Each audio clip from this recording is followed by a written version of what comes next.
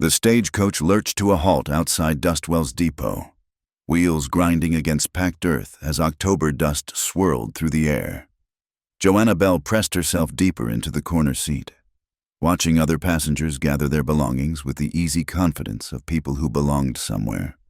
She waited until the last trunk was hauled down before emerging, her wide-brimmed hat casting shadows across her face, dark hair carefully arranged to fall over her left cheek.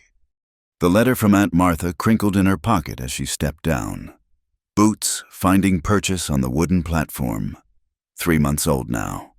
That letter an offer of work at Martha's boarding house kitchen. A chance to start over where nobody knew about the wedding that never happened. About the way Wade Garrison had taken one look at her unveiled face that morning and walked straight out of the church. Dustwell sprawled before her in the late afternoon sun. A collection of weathered buildings hugging the main street like old men sharing secrets. The smell hit her first horse sweat. Leather, wood smoke, and something else. Something wild and free that Kansas had never carried on its wind. Men in worn chaps ambled past. Spurs ringing against boardwalks. Women in calico dresses swept by. Baskets on their arms. Children darting between their skirts like minnows. Joanna hefted her single carpet bag and started down the street, keeping her face turned away from curious glances. Martha's boarding house sat at the far end, past the mercantile and the saloon where piano music already tinkled despite the early hour. She'd made it halfway when disaster struck. The mercantile's door swung open just as she passed, catching her shoulder and sending her stumbling. Her bag flew from her grip, spilling its contents across the boardwalk, threadbare dresses, a worn Bible, and worst of all, the small basket of eggs she'd bought at the last station for Martha tumbling into the street. "Oh no," she breathed, dropping to her knees to gather her things. The eggs were ruined, yellow yolk seeping between the wagon ruts. Heat flooded her face as people stepped around her, some muttering about clumsy newcomers. A shadow fell across her hands. She looked up to find a man crouched beside her, already collecting her scattered belongings with methodical care. He wore the clothes of a working man, canvas pants, worn boots, a shirt that had seen too many washings. His face was weathered but not old, maybe mid-30s, with eyes the color of winter sky and a stillness about him that made the bustling street seem suddenly quiet. He folded her dresses with surprising gentleness, placed them in her bag without comment. When he picked up the Bible, his fingers lingered on the cracked leather cover for just a moment before adding it to the pile. Finally, he surveyed the egg disaster, pulled a bandana from his pocket, and began cleaning what he could from her hands. "You hurt your hand." His voice was low, rough from disuse. Joanna realized she'd been holding her breath. "No, I thank you. I'm sorry about the mess." He stood, offering his hand to help her up. She hesitated, then took it, feeling calluses that spoke of hard work and rope burns. Once she was steady, he stepped back, creating distance with the same quiet deliberation he'd shown while helping. "Martha's is just there," he said, pointing to the boarding house. "She'll understand about the eggs." Before Joanna could ask how he knew where she was headed, he touched the brim of his hat and walked away, disappearing into the livery stable without looking back. "That's Colt Marrow," a woman's voice said beside her. Joanna turned to find a matronly figure in a flour-dusted apron, arms crossed as she watched the livery. "Don't take it personal, honey. He don't say much to nobody." "I wasn't. He was very kind." The woman snorted. "Kind, maybe, but broken, certain sure. Came back from the war different than he left. Used to smile, they say, used to dance at the socials. Now he just tends the horses at the mail station and keeps to himself out at the old Briggs place." She squinted at Joanna. "You're Martha's niece from Kansas." "Yes, ma'am." "Well, you'll do fine. Martha needs the help, and Dustwell's a good place for starting over." Her eyes lingered on how Joanna held her head, the careful angle of her hat. "We all got our reasons for being here." Martha's boarding house smelled like fresh bread and lye soap. Aunt Martha herself was a whirlwind of gray hair and capable hands, sweeping Joanna into a fierce embrace before holding her at arm's length. "Let me look at you. Child, Lord, you're thin as a rail. And what happened to your eggs?" "I had an accident. Aunt Martha, I'm sorry." "Nonsense. Accidents happen. You're here safe. That's what matters." Martha's eyes were kind but shrewd, taking in Joanna's careful posture, the way she kept turning her left side away. "Your room's upstairs, third door. Get settled, then come help with supper. We've got 8 hungry boarders tonight." The room was small but clean, with a narrow bed and a washstand beneath a cracked mirror. Joanna set her bag down and finally, alone for the first time in days, removed her hat. The mirror reflected back what it always did: dark eyes, straight nose, firm chin, and running from her left temple to jaw, the raised pink scar that had ended her life in Kansas. She touched it gently, remembering the accident 5 years past, the runaway wagon that had thrown her into a fence post, the months of healing, the way people's eyes would catch and stick, the way Wade had assured her it didn't matter until the moment it did. A knock interrupted her thoughts. "Joanna, supper prep in 10 minutes. "Coming, Aunt Martha." She pinned her hair carefully, ensuring it covered the worst of the scar, and settled her hat back in place. In the kitchen, Martha had laid out vegetables for chopping and a pot for stew. "Now then," Martha said, handing her an apron. "Tell me true. What sent you running from Kansas?" Joanna focused on the potatoes, peeling in long, steady strokes. "I told you in my letter, the engagement ended." And I needed a fresh start." Martha worked beside her, efficient and unbothered by Joanna's reticence. "Well, you've come to the right place. Dustwell's got a way of letting people be who they need to be. That Colt Marrow who helped you earlier, he's one of our regulars for Sunday dinner. Quiet as a grave, but he pays on time and never causes trouble. The woman at the Mercantile said he was in the war. Confederate cavalry, though we don't hold that against him here. Lost his whole unit in some battle back east. Came here to forget, I reckon, though forgetting's harder than most folks think." They worked in companionable silence, Joanna learning the rhythm of the kitchen, the boarding house, this new life. The boarders came in as the Sunset Cowboys, a surveyor, 2 men from the telegraph company, filling the dining room with masculine laughter and the scrape of chairs. Joanna stayed in the kitchen, sending out platters and cleaning dishes, grateful for the barrier between her and all those eyes. It was full dark when she finally stepped out back to empty the wash water. The desert night was cold, stars scattered like spilled salt across black velvet. She stood there a moment, breathing in the strange air of this new place, when movement caught her eye. A figure on horseback passed along the back lane, silhouetted against the stars. The rider moved with the horse like they shared one spine, easy and natural. As he passed the splash of light from the kitchen window, she recognized the still, careful way he held himself. Colt Marrow, riding home to whatever solitude waited at the old Briggs place. She watched until he vanished into darkness, then went inside to write in her diary. October the 15th, 1876. Arrived in Dustwell today. The town is rough but not unkind. A man helped me in the street. They say he doesn't talk to anyone. But he was gentle with my things. I think perhaps this place collects broken people. I think perhaps that's why Aunt Martha knew I'd fit right in. Tomorrow I'll learn the market routes, meet the suppliers. Tomorrow I'll build this new life piece by piece. Tonight, I'm just grateful to be somewhere I can keep my hat on at dinner. 3 weeks into her new life, Joanna had found her rhythm. Rise before dawn, start the fires, prepare breakfast for 8 hungry men who clattered down the stairs like cattle heading to water. Market runs on Tuesday and Friday, laundry on Monday, and in between. The endless cycle of cooking, cleaning, and carefully avoiding direct conversation. "That's Colt," old Samuel Briggs said one morning, gesturing with his fork toward the window. "Rides past same time every day, heading to the mail station." Joanna glanced up from clearing plates to see the familiar silhouette moving down the street. Always the same measured pace, always alone.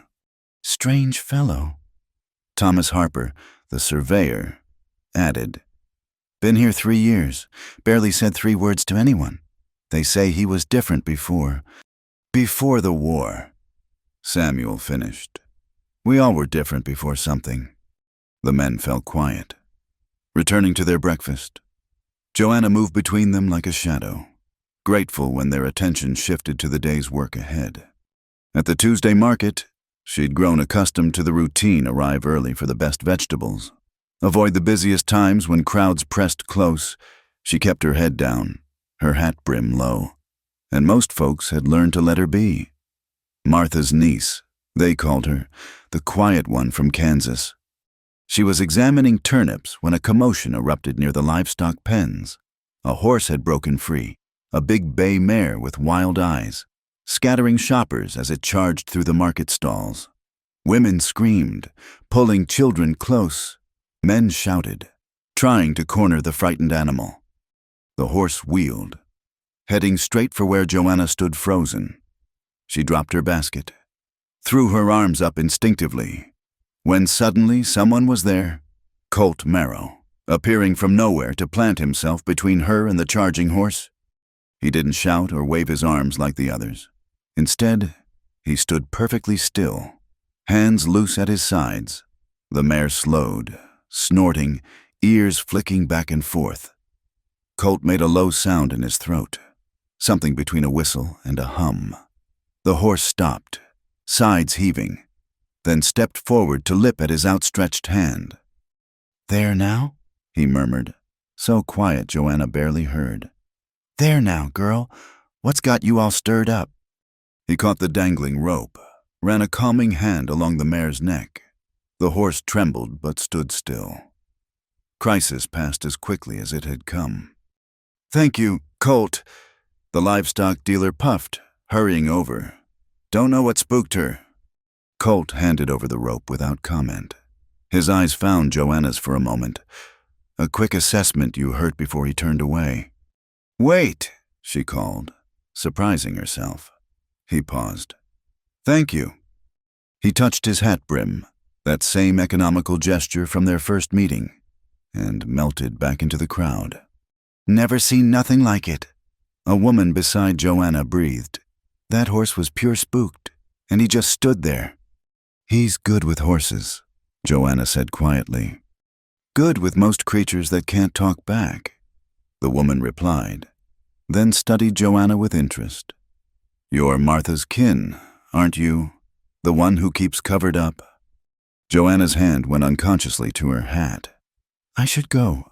My aunt needs—" "No judgment here. Honey, we all got our reasons." That night, rain lashed against the boarding house windows. The men tracked in mud, grumbling about the sudden storm, and Joanna worked late mopping floors and stoking fires. By the time she finished, the clock showed past 10, the house settling into sleep around her. She wrapped her shawl tight and stepped onto the back porch to gather the washing she'd forgotten. The rain had softened to a drizzle, but the clothes were soaked through. A day's work ruined. "Oh no," she whispered, pulling down the heavy, dripping fabric. Her hands were full when footsteps sounded on the gravel path. Colt Marrow stood at the edge of the porch light, water streaming from his hat. He held something of folded waxed canvas. "Saw your washing still out when the storm hit," he said. "Thought you might need this." He climbed the steps, spread the canvas over the remaining clothes with practiced efficiency. "Keep them from getting worse, at least. You were riding by in this weather." "Horse threw a shoe. Had to walk her back from the station." He paused, seeming to debate something. "You always work this late." "The storm made extra mess." "Martha shouldn't—" He stopped himself, jaw tightening. "Not my business." "She doesn't make me. I just prefer it when it's quiet." He studied her a moment, and she fought the urge to turn away, to hide her face even in the dim light. "I know about preferring quiet," he said finally. They stood there, Rain pattering on the canvas overhead, the space between them full of unspoken understanding. "I should let you get inside," he said. "You'll catch cold." "What about you? You're soaked through." A ghost of something not quite a smile touched his mouth. "Been wet before. Good night. Miss Joanna Bell. Miss Bell." He touched his hat again and disappeared into the darkness. Inside, Joanna found Martha waiting in the kitchen, 2 cups of tea steaming on the table.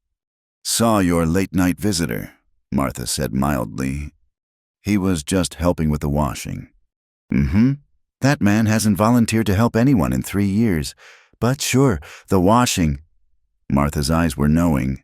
"Sit, child. You look done in." Joanna sank into a chair, suddenly exhausted. "The woman at the market today asked why I keep covered up. And I didn't know what to say." Martha reached across the table, squeezed her hand. "You don't owe anyone your story, Joanna, but hiding from it won't make it go away neither." "I'm not hiding. I'm just protecting yourself. I know. So's Colt Marrow. So's half this town, one way or another." Martha stood, gathering the cups. "But sometimes, child, the thing we're protecting ourselves from is the very thing that might heal us." Later, in her small room, Joanna sat by the window watching the rain. Somewhere out there, Colt was making his slow way home to his empty house, water dripping from his hat, that careful stillness wrapped around him like armor. She touched her scar through the fabric of her nightgown, thinking about horses that spooked and men who knew how to calm them without words, about the weight of silence and the strange comfort of being understood without having to explain. Her diary entry that night was brief. November 7th, 1876. Rain all evening. Colt Marrow helped with the washing. He didn't stare, didn't ask questions, just helped. Martha says we're all hiding from something here. Maybe that's true. But tonight, standing in the rain with someone else who prefers quiet, hiding didn't feel so much like hiding. It felt like being seen anyway, scar and all, and finding it didn't matter. I don't know what to do with that feeling. I don't know if I want to know. The rain continued through the night, washing the dust from Dustwell's streets, filling the arroyos, bringing the desert alive with the promise of new growth. And in a small room above a boarding house kitchen, a woman who'd traveled far to avoid being seen finally fell asleep, wondering what it might be like to stop running. November settled over Dustwell like a worn blanket, bringing cooler nights and the kind of clear air that made the mountains seem close enough to touch. Joanna had been in town 2 months now, long enough that shopkeepers nodded in recognition, long enough that she knew which boarders liked extra salt and which ones pushed vegetables to the side of their plates like sulky children. It was a Thursday evening when Colt Marrow finally came to dinner. "Set an extra place," Martha announced, bustling into the kitchen where Joanna was elbow deep in bread dough. "Colt's joining us tonight." Joanna's hand stilled. "He is?" "His stove's broken. Can't have the man eating cold beans for a week while Jensen orders parts." Martha's tone was casual, but her eyes were watchful. "You'll need to make extra biscuits.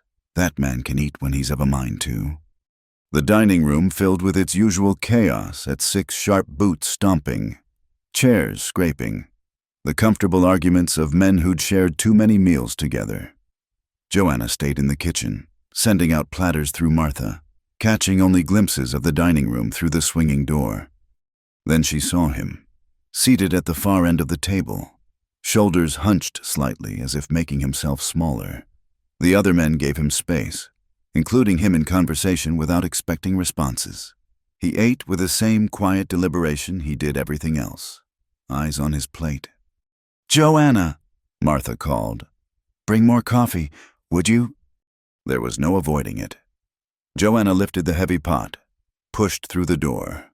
The men barely glanced up, absorbed in Samuel's story about a cattle drive gone wrong. She moved around the table, filling cups, until she reached Colt.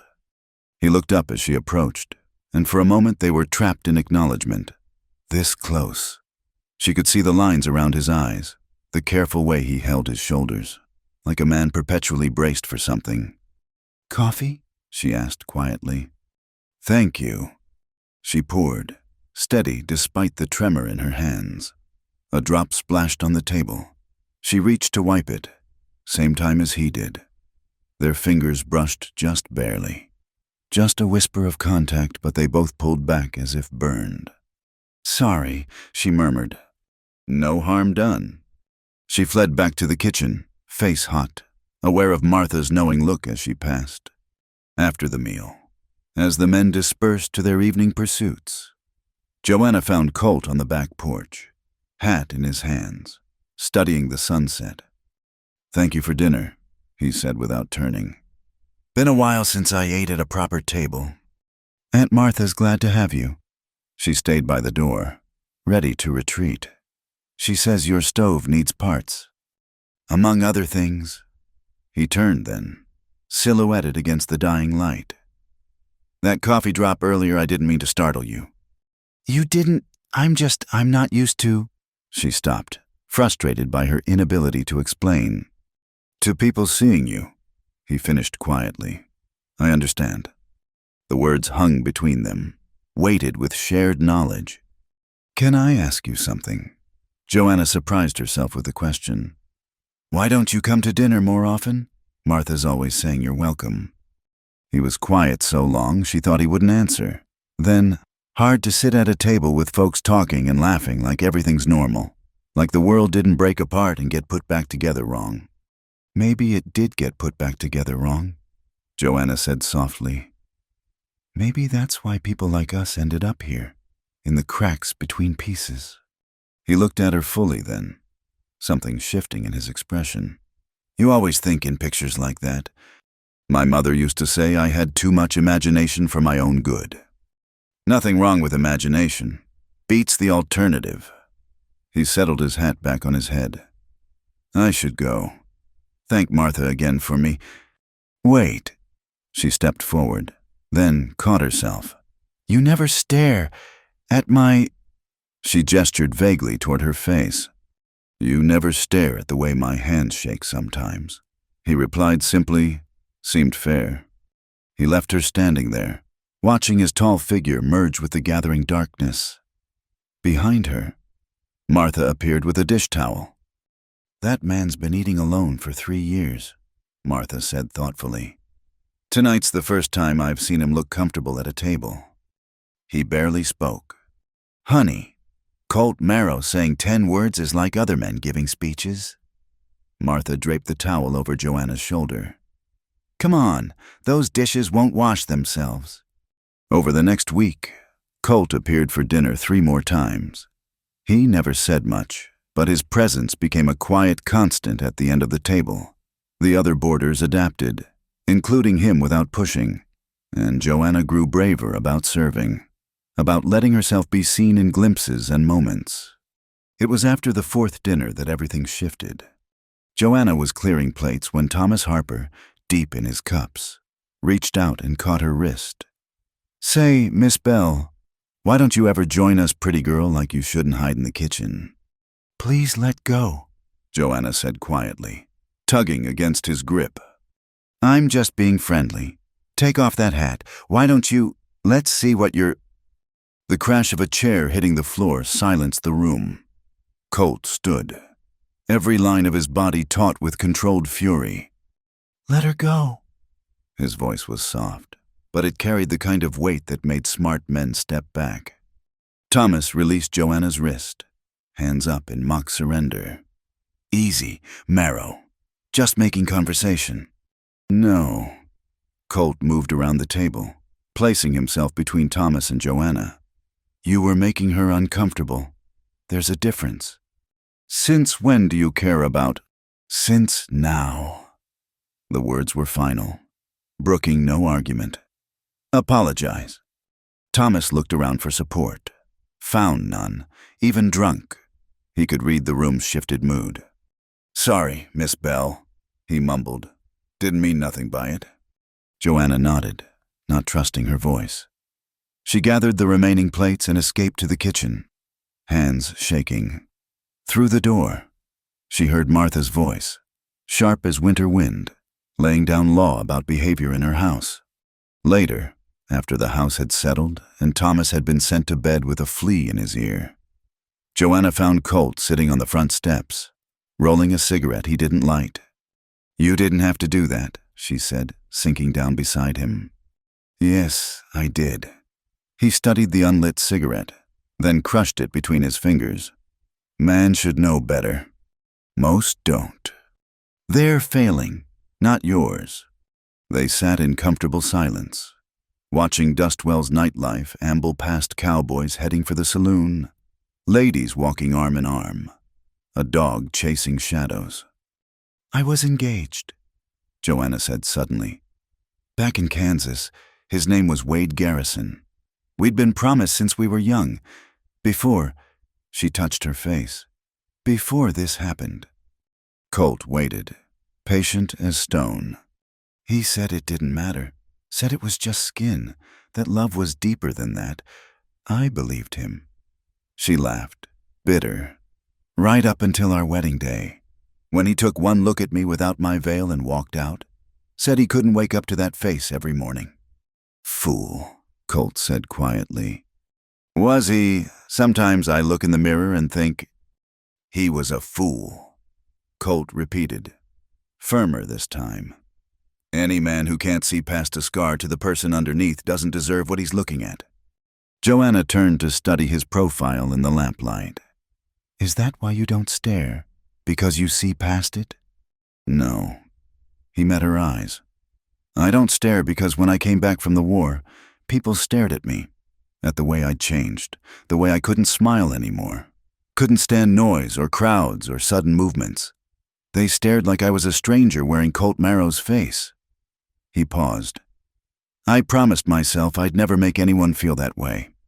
"Oh," Joanna breathed, understanding flooding through her. "So no," he continued, voice rough. "I don't see past your scar. I see it just fine. It just doesn't matter more than the way you hum when you're cooking, or how gentle you are with the nervous boarders, or that you think in pictures and aren't afraid of the quiet." Joanna felt tears prick her eyes. "Colt." "I should go," he said abruptly, standing. "Early morning tomorrow." But he paused at the gate, looked back. "That fool in Kansas, his loss, Joanna Bell." Then he was gone, leaving Joanna on the steps with tears on her cheeks and something warm unfurling in her chest, something that felt dangerously like hope. December brought frost to Dustwell's mornings, turning breath to clouds and making the walk to market a brisk affair. Joanna had taken to wearing fingerless gloves while she worked, the better to handle hot pans and cold vegetables. The boarding house had settled into winter rhythms, heartier stews, more coffee, men tracking in mud that froze overnight on the porch. Colt had become a regular at dinner now, his quiet presence as expected as Samuel's stories or Thomas Harper's carefully polite distance since that night. Sometimes Joanna caught him watching her as she served, not staring at her scar, but at her, the whole of her, with eyes that held something she didn't quite know how to name. It was a Sunday when he asked her to walk with him. "After church," he said quietly, catching her at the market. "If you're willing." Joanna clutched her basket tighter. "I don't attend church." "Neither do I. That's why after is perfect timing." Despite herself, she smiled. "Where would we walk?" "There's a place I go sometimes. Quiet. Nobody around to—" He gestured vaguely. "To look." She understood. "All right." He found her after the church bells stopped ringing, when the good folk of Dustwell were settled into their Sunday dinners. He'd cleaned up fresh shirt, boots brushed free of dust, though the same careful stillness wrapped around him like a coat. They walked in silence through town, past the last houses, out where the desert began to assert itself. The path he chose wound up into the low hills, through stands of juniper and pinon that scented the air with resin. Joanna kept pace, grateful for the months of work that had strengthened her legs and wind. "Here," Colt said finally, guiding her around a large boulder. The vista opened up, all of Dustwell spread below like a child's toy town. The mountains beyond, painted purple with distance, and between them, nothing but sky so blue it hurt to look at. "Oh," Joanna breathed. "Sit." Colt gestured to a flat rock, produced a canteen from his pack. "Water's fresh." They settled side by side, careful space between them, watching hawks circle on invisible currents. "I come here when town gets too much," Colt said eventually. "When the noise in my head needs more room than 4 walls can hold." "Noise." He was quiet so long she thought he wouldn't answer. Then, "Cavalry charge sounds like thunder. Did you know that 100 horses at full gallop, sabers rattling, men screaming battle cries?" His hands clenched and unclenched. "Sometimes I still hear it. Middle of the night, middle of the day, doesn't matter." Joanna waited, sensing more. "Battle of Waynesboro," he continued, voice flat. "We knew we were outnumbered, knew it was folly, but orders were orders, and we were young enough to think honor meant something on a battlefield." He picked up a small stone, rolled it between his fingers. "My unit, 30 men I'd lived beside for 2 years. Brothers. Really. We charged their artillery position." The stone dropped from his fingers. "I was the only one who rode out. Don't even remember how. Woke up in a field hospital. They told me I'd been screaming names for 3 days." He touched his side absently. "Took grape shot here, saber cut here, but the real wound." He tapped his temple. "That one won't heal." "Colt," Joanna said softly. "I couldn't go home after, couldn't face their families, couldn't explain why I lived when better men died. So I came west, far as the railroad would take me, then kept going." He gestured at the town below. "Ended up here, where nobody knew me before, where I could be this broken version without disappointing anyone." Joanna thought of Kansas, of the church she'd fled, of the life she'd abandoned. "We're all running from ghosts." "What are yours?" She touched her scar unconsciously. "You can see mine." "That's not a ghost. That's a mark. There's a difference." "Is there?" She pulled off her hat with sudden decision, turning to face him fully in the harsh sunlight. "Look at it. Really look." He did, eyes traveling the raised pink line from temple to jaw, taking in how it pulled at the corner of her eye, changed the shape of her smile. "I was 23, she said, "helping with harvest. A wagon horse got spooked by a snake, bolted. I tried to stop it, got tangled in the traces, dragged into a fence." She touched the scar. 3 months healing. The doctor said I was lucky I didn't lose my eye." "You were brave." "I was foolish and vain. I thought beauty was my value, what I brought to a marriage. When this happened," she laughed bitterly. "Wade stuck by me at first, said the right things, but I saw how he'd flinch when he looked at me, how he'd suggest I wear my hair different, keep my face turned. On our wedding day," her voice broke. Colt waited. "On our wedding day, when he lifted my veil and saw me in full sunlight, in front of all those people, his face just crumbled, like I'd betrayed him. He walked out without a word." She wiped at her eyes angrily. "Left me standing there in my mother's dress while everyone whispered." "Joanna." The worst part was, I understood. Who wants to wake up to this every morning? Who wants to explain to their children why Mama looks like a monster from their storybooks? "Stop!" His voice was sharp. "Stop that right now!" She blinked at his tone. "You want to know what I see when I look at you?" He shifted to face her fully. "I see strength. You survived something that would have killed most people. You picked up your life and carried it to a new place. You work yourself to exhaustion taking care of men who barely deserve your kindness." "That's not—" "I'm not finished." He reached out, stopped just short of touching her face. "I see the way your eyes light up when you're cooking something you're proud of, the way you hum old hymns when you think no one's listening. How gentle you are with that stray cat behind the boarding house, even though Martha complains about you feeding it." Joanna's breath caught. And yes, I see the scar. Know what it tells me, that you're someone who didn't give up, who didn't let one moment of pain define every moment after. His hand dropped. That's not ugly, Joanna. That's magnificent. She was crying now, tears flowing free. How can you say that? You can't. I can. He pulled out a handkerchief, offered it to her.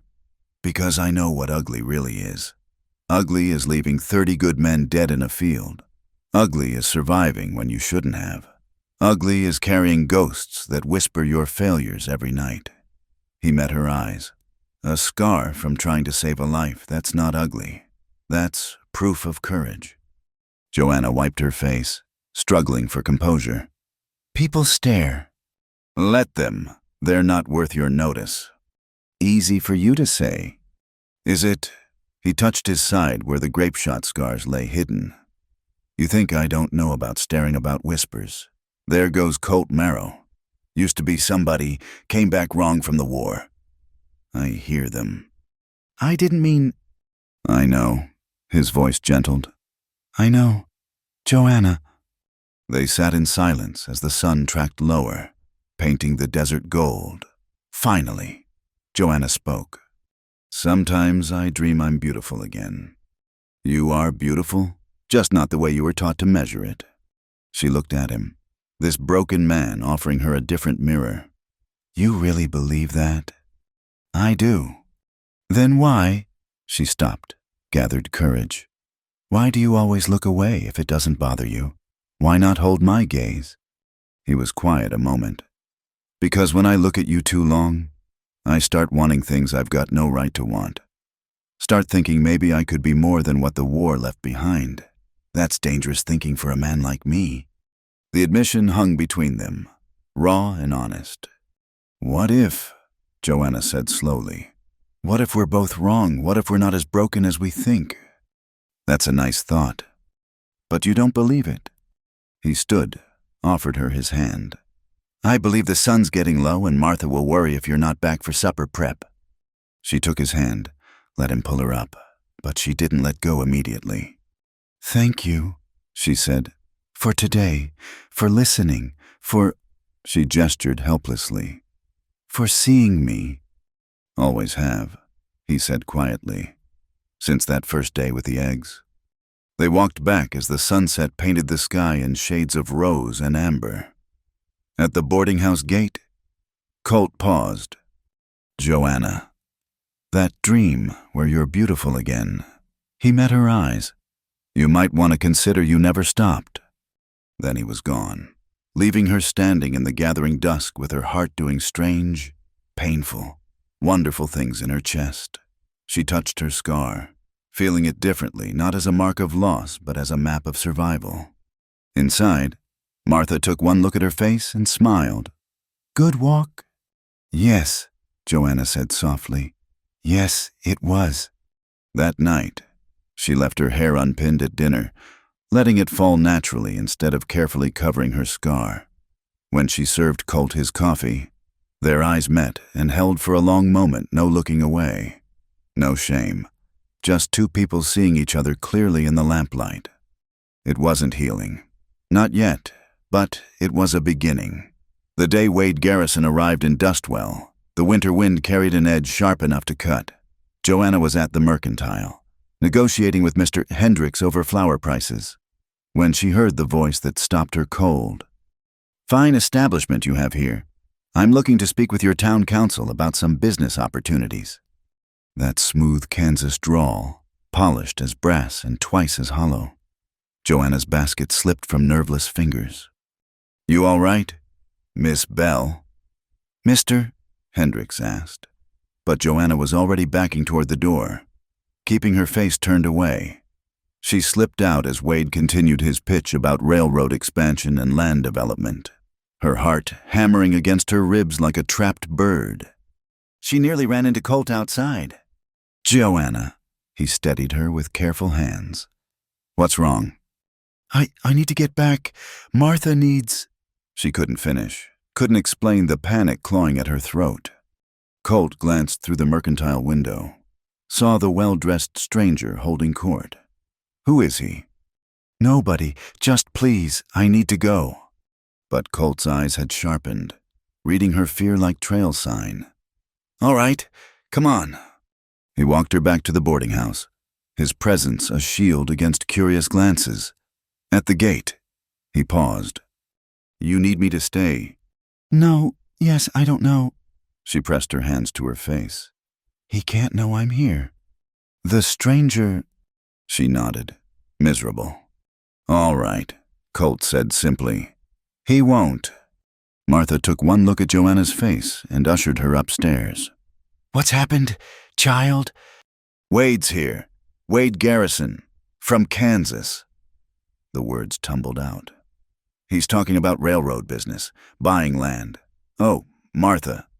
What if he sees me? What if... Hush now. Martha guided her to sit on the bed. So, your former beau's in town. Dustwell's not that small. You can avoid one man for a few days. But it wasn't that simple. Wade took a room at the Imperial Hotel and immediately set about charming Dustwell's business leaders. He was everywhere: the saloon, the restaurants, holding meetings at the very mercantile where Joanna shopped. She became a prisoner in the boarding house, sending Martha or one of the more trustworthy boarders on her errands.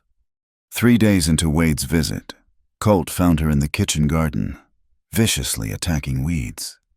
He's not worth ruining your hands over, he said mildly. Joanna sat back on her heels, dirty and exhausted. You don't understand. He made me believe I could still be loved.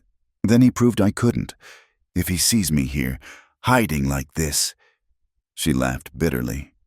He'll know he was right, that I'm something to be ashamed of. Only shame here is his. Colt said, Man who can't stand by his word isn't worth your worry.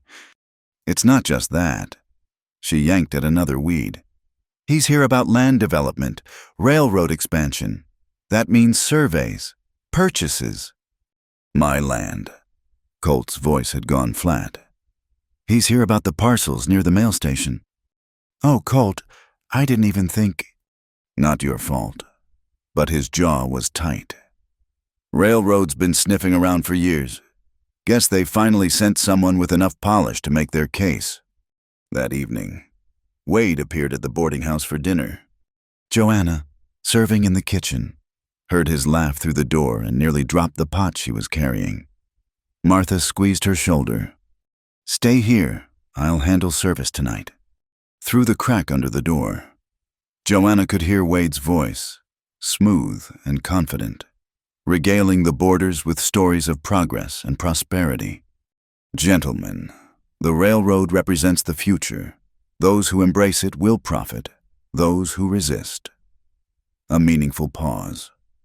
Well, they'll be left behind, clinging to worthless land while the world moves on without them. Some of us like the world just fine as it is. Colt's quiet voice cut through. Not everything needs to be improved. Ah, you must be Mr. Marrow. I've heard about your attachment to that parcel by the mail station. Wade's tone carried a smile. Sentimental value, I understand, but sentiment doesn't pay bills or build communities. Neither does destroying what already exists to line distant pockets. Progress requires sacrifice. Your progress, our sacrifice. Colt's chair scraped. Excuse me, I've lost my appetite. Joanna heard his footsteps, then the back door opening. Without thinking, she followed him out into the cold night air. Colt. He stood by the woodpile, hands clenched. That man, he's the type who takes and calls it improvement. Seen his kind before. I'm sorry. If I'd known he was coming. You'd what warned me that vultures were circling. He shook his head. Not your doing, Joanna. It is, though. Wade is... She stopped, then forced herself to continue. He's the man I was going to marry. Colt went very still. The fool from Kansas. Yes. The one who... His voice roughened. Who walked away from you. Yes. Colt turned to face her fully, and in the moonlight she could see the controlled fury in his expression. He doesn't know you're here. No, And he can't. Please, Colt, I can't face him. I can't. You won't have to. The promise was granite solid. But Joanna, you've nothing to be ashamed of. He's the one who should be hiding. You don't understand what it was like, standing there in front of everyone, watching him look at me like he was blind as well as stupid. Colt stepped closer. His failing, Joanna, not yours. I can't let him see me. I can't. Then he won't. Colt reached out, hesitated, then gently touched her shoulder. But you're letting him make you small again. Letting him push you back into hiding. You were just starting to... He gestured helplessly. To shine. Broken things don't shine. Colt. Sure they do. Ever see sunlight through a cracked window? Makes patterns you'd never get from perfect glass. His hand dropped. Don't let him take that from you. The next night, Wade returned for dinner, and this time he brought surveying maps and contracts. Joanna could hear him through the kitchen door, laying out his plans to transform Dustwell into a railroad hub. The old Briggs place, Mr. Marrow's holdings, the entire stretch along the mail route perfect for development. Of course, we prefer willing sellers, but the territory has ways of encouraging progress when necessary. That sounds like a threat, Samuel Briggs said slowly. Not at all, simply reality. The railroad is coming. Gentlemen, the question is whether you'll profit from it or be plowed under by it. Unable to stand it anymore, Joanna grabbed a fresh coffee pot and pushed through the door before Martha could stop her. She kept her head down, hair falling forward, moving like a ghost between the seated men. She'd made it halfway around the table when Wade's hand shot out, catching her wrist. Well, hello. I don't believe we've been introduced. His smile was the same one that had once made her heart flutter. Now it made her stomach turn. Wade Garrison, at your service. The lady's working. Colt's voice cut like a blade. Let her go. Just being friendly. Mr. Marrow, no harm in... Wade's words died as Joanna turned, the lamplight catching her face, her scar. She watched recognition dawn in his eyes, saw the progression from confusion to shock to something that might have been shame but looked more like disgust. Joanna! He released her wrist as if burned. What are you... how... Hello? Wade. She was amazed at how steady her voice sounded when her entire body was shaking. The room had gone silent, every eye on them. Wade's gaze traveled over her, taking in the servant's apron, the work-roughened hands, the scar prominent in the harsh light. I see you've found your level, he said finally, and the casual cruelty of it took her breath away. That's enough. Colt was on his feet, moving to stand beside her. You'll apologize to the lady. Wade laughed, the sound sharp as breaking glass. Lady? She's serving coffee in a boarding house, though I suppose that's more suitable than... He never finished the sentence. Colt's fist connected with his jaw, sending Wade sprawling backwards over his chair. Maps scattered, contracts fluttered like dying birds.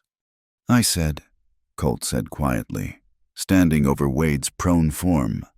Apologize to the lady. Wade struggled to his feet, hand to his bleeding mouth. You'll regret this, Marrow, when the railroad takes your land. Get out. Martha appeared in the doorway like an avenging angel. Get out of my house and don't come back. Mr. Hendricks, Mr. Briggs, if this is the kind of man the railroad sends to do business, perhaps we should reconsider their offers. Samuel Briggs stood slowly. I believe Mrs. Martha has a point. I've seen enough of Mr. Garrison's character tonight to know I don't care for his business. One by one, the other men stood, aligning themselves with Martha, with Colt, with Joanna. Wade looked around, realizing he'd lost more than the fight. This isn't over, he snarled, gathering his scattered papers. The railroad can send someone else. Thomas Harper said, someone with manners and morals. Good evening, Mr. Garrison." Wade fled, leaving behind a strange silence. Then Samuel Briggs cleared his throat. "Miss Bell, I believe I'd like more coffee, if you don't mind." "I'll get it," Martha said, but Joanna shook her head. "No, I'll do it." She straightened her apron, lifted her chin, and made her way around the table, pouring coffee with hands that barely trembled. When she reached Colt, he caught her eye. "All right." "Yes," she said, and found she meant it. "Yes, I am." Later, after the house had settled and Wade had presumably slunk back to his hotel, Joanna found Colt on the front steps, nursing his bruised knuckles. "Thank you," she said, sitting beside him. "Don't thank me for something I should have done years ago, if I'd known. You defended my honor. I defended the truth. You're worth 10 of him on your worst day." She smiled, small but real. "He saw me." "Yes, and he was exactly who I remembered, small and mean and blind." She touched her scar thoughtfully. "I spent so long being afraid of him seeing me, I forgot to see him clearly. Fear does that, makes giants out of garden snakes." "Colt." She waited until he looked at her. "I'm glad he saw me. Glad he knows I survived him. That I'm here, living, even if it's not the life he thought I deserved." "You deserve better than this," Colt said roughly. "Better than serving men who—" "I serve good people in a good house in a town that's become home," she interrupted. "I have friends, work I'm proud of, and—" She hesitated, then continued boldly. "And a man who sees me truly. What more could I deserve?" Colt's breath caught. In the lamplight from the window, she could see the war in his expression, hope battling caution, want fighting wisdom. "Joanna, don't." She stood, smoothing her skirts. "Not tonight. Tonight I just want to savor the look on Wade's face when he realized the woman he threw away was standing strong without him." She went inside, leaving Colt to the stars and silence. In her room, she looked in the mirror and saw herself clearly scarred. Yes, but not broken. Not anymore. Wade Garrison didn't leave Dustwell. Instead, he dug in like a tick, taking his meals at the Imperial Hotel's restaurant and spreading his poison through carefully placed words and promises. Within days, the town began to divide those who saw dollar signs in his railroad schemes and those who valued Dustwell as it was. "He's offering twice what the land's worth," Joanna overheard at the Mercantile. "Only a fool would turn that down. Or someone who values more than money," another voice countered. The tension seeped into everything. At the boarding house, conversations turned careful. Men who'd shared easy camaraderie now eyeing each other with suspicion. "Are you with the railroad or against it?" the unspoken question hung over every meal. Colt had withdrawn since the night he'd struck Wade, coming to dinner less frequently, speaking even less than usual. When Joanna tried to catch his eye, he looked away, jaw tight with something that might have been anger or regret. "He's protecting you," Martha said one evening, finding Joanna staring out the kitchen window toward the mail station. "Thinks if he keeps his distance, Wade won't connect you two." "That's foolish. That's men. Especially men who care more than they know how to say." The breaking point came on a Thursday afternoon. Joanna was returning from the Mercantile. She'd started venturing out again, refusing to let Wade cage her when she saw the crowd gathered outside the town hall. Wade stood on the steps, flanked by 2 men in city suits, addressing the assembled townspeople. "Progress waits for no one," he was saying. "The railroad will come through this valley with or without your cooperation. But those who work with us now will reap the benefits. Those who resist—" He shrugged eloquently. "What about those who just want to keep their homes?" A woman's voice called out Mrs. Patterson, whose farm bordered Colt's land. "Madam, a home without a future is just a shack. We're offering you the chance to be part of something greater." "Greater than what?" Colt emerged from the crowd, and Joanna's heart clenched at the sight of him tired, dusty from work, but spine straight as an iron rod. Greater than community, than neighbors who help each other, than land we've worked with our own hands. Wade's smile was oil slick. Ah, Mr. Marrow, still fighting the future. I see. Tell me, what good is your precious land when you work it alone? No family, no legacy, just a bitter man clinging to dirt. The crowd shifted uncomfortably. Colt's isolation was known but rarely spoken of so baldly. Better alone on honest land than surrounded by vultures. Colt replied evenly. Is it? At least I build toward tomorrow. What do you build? Marrow. What do you have that's worth more than progress? Joanna moved before she'd made the conscious decision, pushing through the crowd until she stood beside Colt. He has integrity, she said, loud enough for all to hear. He has the respect of people who matter. He has... She took a breath, then reached out and took Colt's hand. He has friends who won't let him stand alone. The touch seemed to shock Colt from his rigid control. He looked down at their joined hands, then at her face-scarred side turned toward the crowd, chin raised in defiance. Wade's expression twisted. How touching, the spinster and the hermit, defending their little patch of nowhere. Tell me, Miss Bell. Oh, excuse me. I suppose it's still Miss Bell. Isn't it? Is this what you dreamed of back in Kansas? Serving coffee and defending lost causes? I dreamed of being loved, Joanna said simply. Turns out I was looking in the wrong places. Love. Wade laughed. You think this damaged goods, he gestured at Colt, can give you what I couldn't? Look at you both. Broken people in a broken town, fighting a battle you've already lost. We'll see about that. Samuel Briggs stepped forward. I've heard enough. Garrison, you talk pretty, but all I hear is a man who thinks money can buy what matters. Get off those steps. You're not welcome at our town meetings. I have every right. You have the right to leave. Sheriff McKenna appeared, hand resting on his pistol. Mr. Briggs is on the town council. He says you're not welcome. You're not welcome. Move along. Wade's face flushed ugly red. You'll regret this, all of you. When the railroad comes, if the railroad sends men like you, we don't want it. Mrs. Patterson called out. I've decided. I'm not selling. Nor I, another voice added. Then another.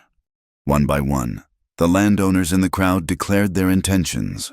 Not all, some still wavered, seduced by Wade's promises, but enough to make Wade realize his easy victory had turned into a real fight.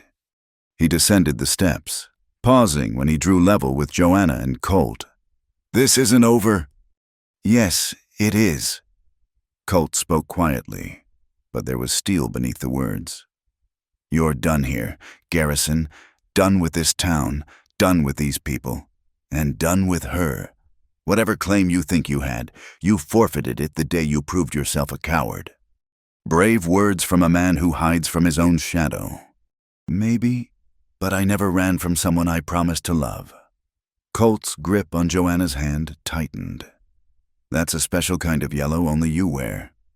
For a moment, Joanna thought Wade would swing at Colt. Then he seemed to remember the crowd watching, the sheriff's ready stance. He straightened his coat with sharp movements. You deserve each other, he said finally. A scarred woman and a haunted man, playing at happiness in a dying town. When reality crashes down, remember I offered you all a way out. He stalked away, his city men scrambling to follow. The crowd began to disperse, people talking in small groups. The immediate crisis passed, but the underlying tension remaining. Joanna realized she was still holding Colt's hand. She started to pull away, but he held on gently. Thank you, he said quietly.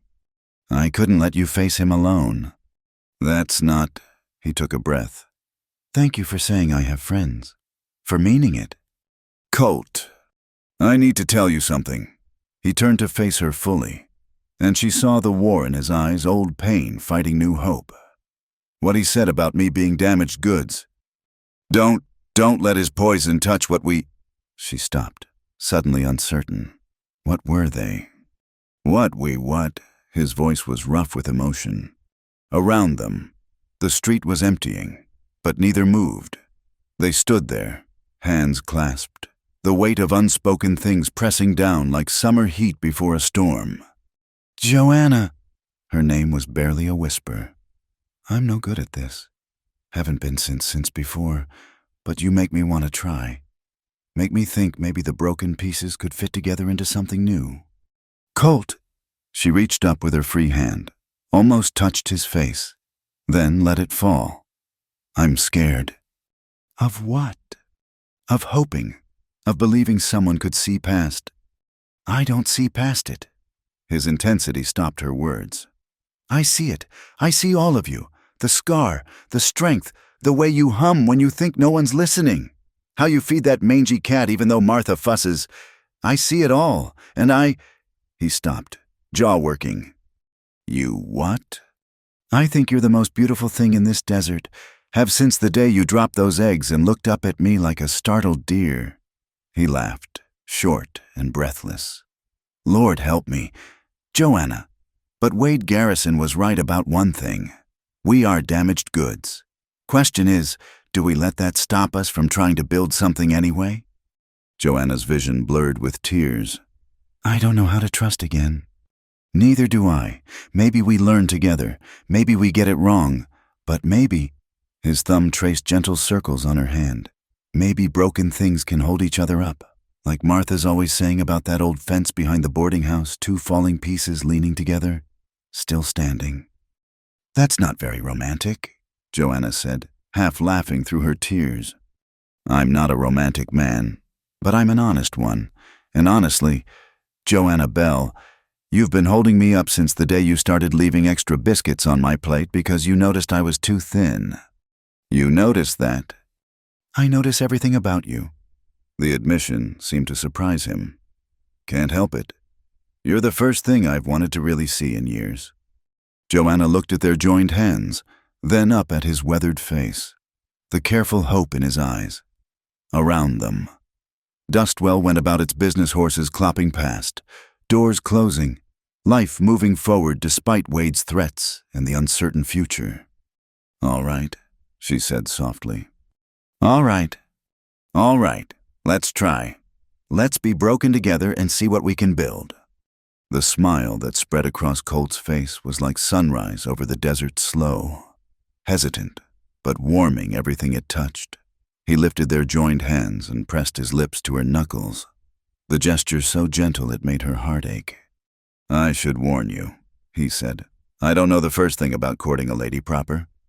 "I should warn you," she replied. "I don't much care for proper anymore." They walked back toward the boarding house together, hands still linked, aware of the eyes following them but not caring. Let them look. Let them see two damaged people choosing hope over fear. At the gate, Colt paused. "Joanna, what you did today, standing up in front of everyone, that was brave." "I was terrified." "Brave isn't not being scared. Brave is being scared and standing up anyway." He squeezed her hand once more, then let go. "I'll see you at dinner."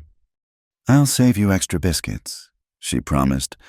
He smiled again. She was already treasuring these rare smiles and headed toward the mail station.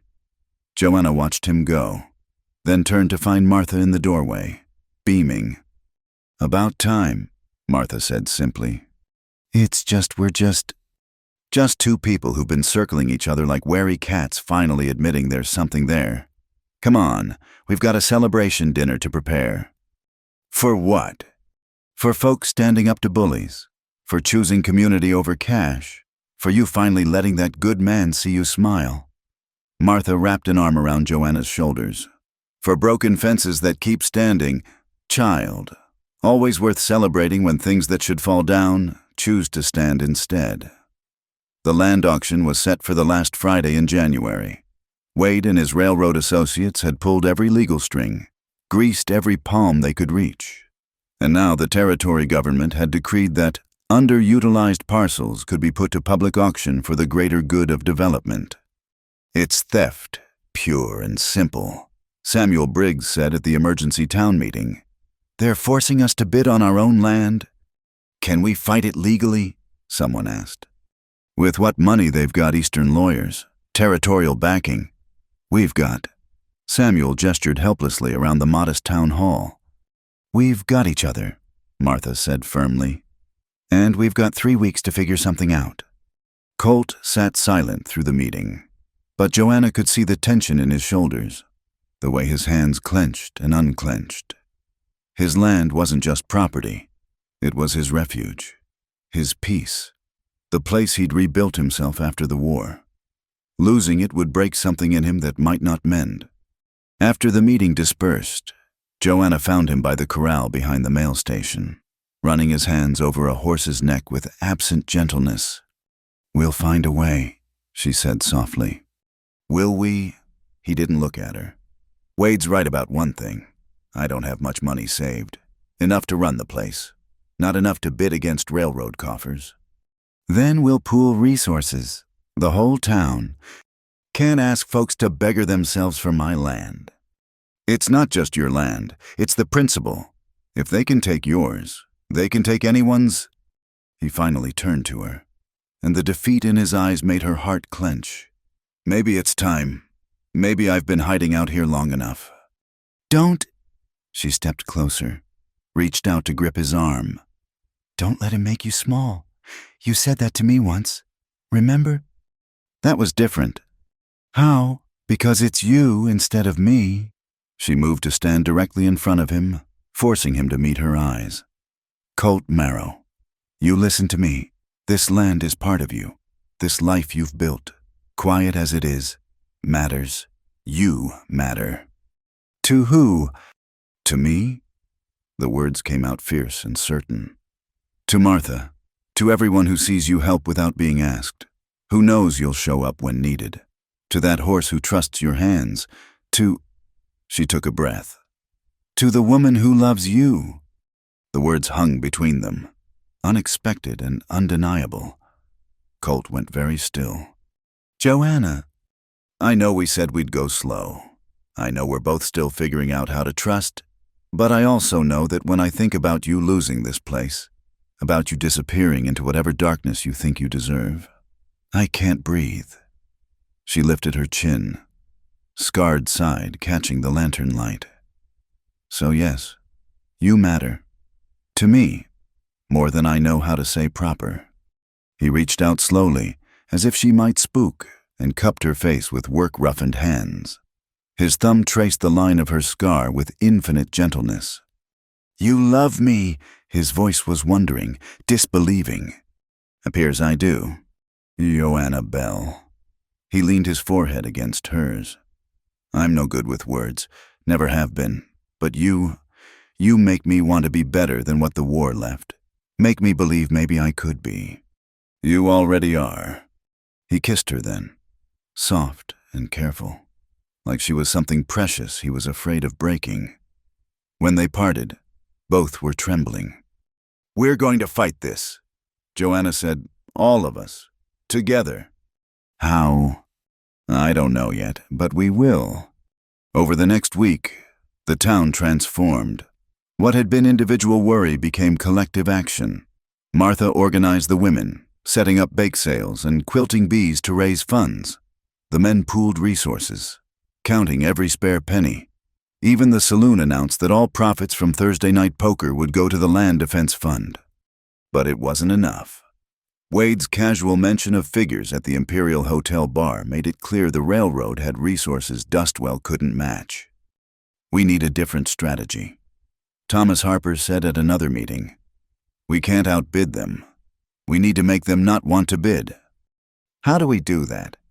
Make the land less attractive, show it's not suitable for development. But it is suitable, Colt said quietly. That's why they want it. Joanna had been quiet throughout the meeting, but suddenly she stood. What if it wasn't?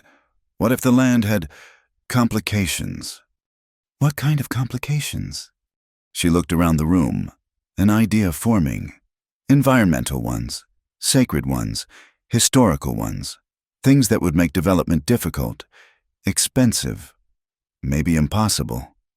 But there aren't any, Samuel began, then stopped, understanding dawning. "Oh, now hold on," Sheriff McKenna said slowly. "You're not suggesting we—" "I'm suggesting we research very carefully," Joanna said. "Who knows what we might discover about the historical significance of certain parcels?